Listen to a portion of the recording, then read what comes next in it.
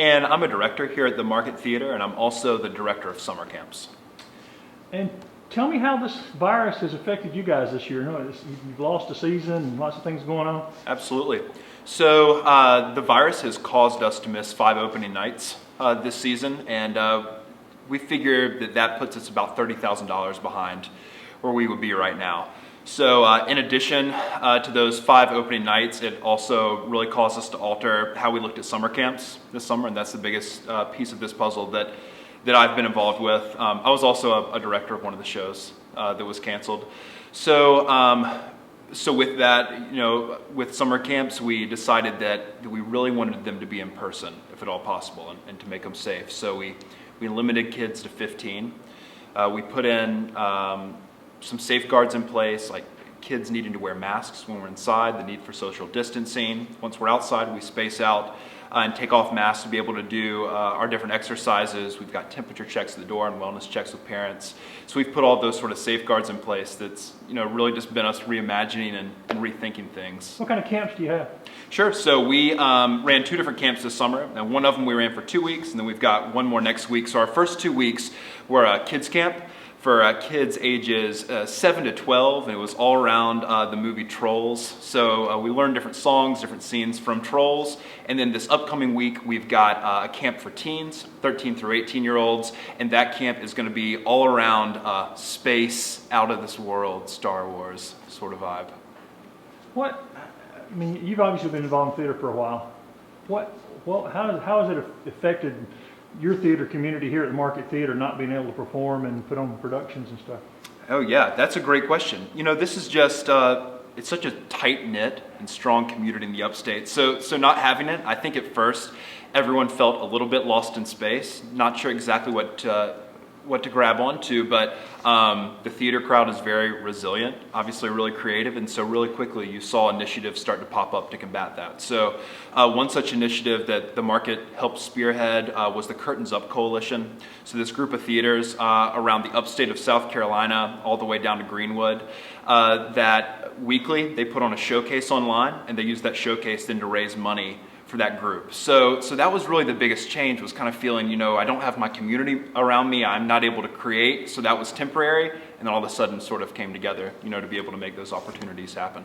Well, from Broadway to Anderson, you guys are not getting an opportunity to express yourself creatively. How is that impacting everybody?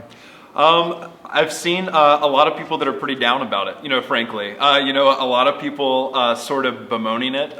There's been a sort of drive, like you said, all the way from Broadway across the country that it's only intermission, is what a lot of people have said. And while that gives a little bit of hope, that there's still a great sort of second act to come, people have definitely been down about it. But like I said, I think hopefully if anything positive is that it's kind of, brought to life a new creative spirit for people. Do you know what shows y'all lost? Absolutely. So the first show that we lost, which is also the first show that we hope to put on after we're able to resume things safely, is Matilda. So a really big, great family musical. After that, the next show that we lost that I was planning to direct was the 25th annual Putnam County Spelling Bee.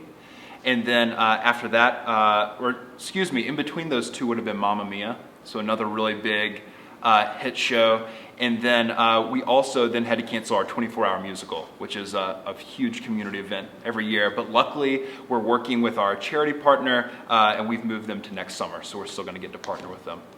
And y'all partnered with Shakespeare in the Park. That was lost this year? Yeah, exactly right. Yep. So we lost the Comedy of Errors this year. But again, plans to revamp that as soon as possible. And of course, to definitely bring it back next summer.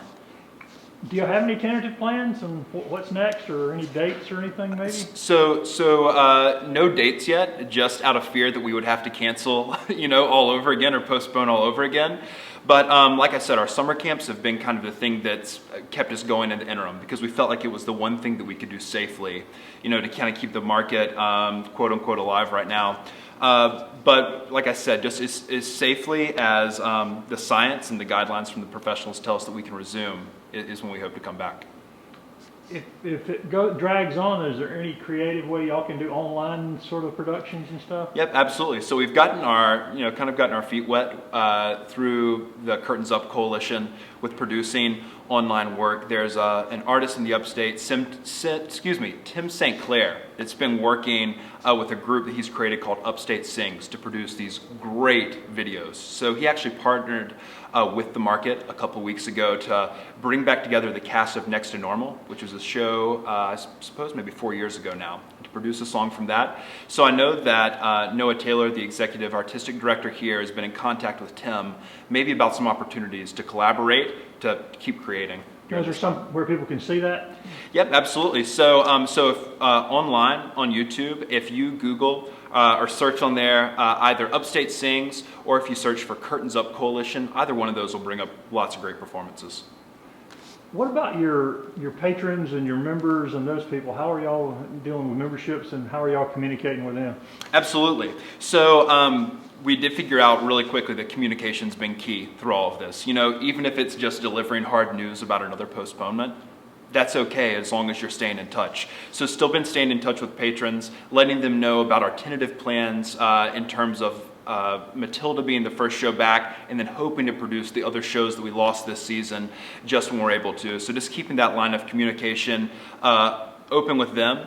And as I said, through these other avenues that we've been exploring, like Curtains Up Coalition, that they've still been able to engage with us through that, and they've been really generous. We've raised thousands of dollars over the past few months through efforts like that.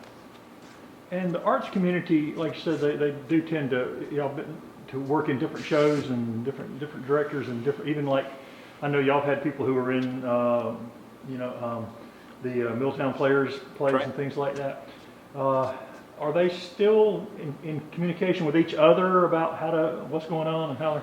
Definitely. So again, kind of going back to the beginning, that this is a tight-knit community, and I think everyone figured out really quick the best way to get through it is to work together, to plan together, to see what's working for each theater, and to not treat it as a competition, but instead see it as an opportunity to build each other up. So I know that there's been a lot of conversation and discussion.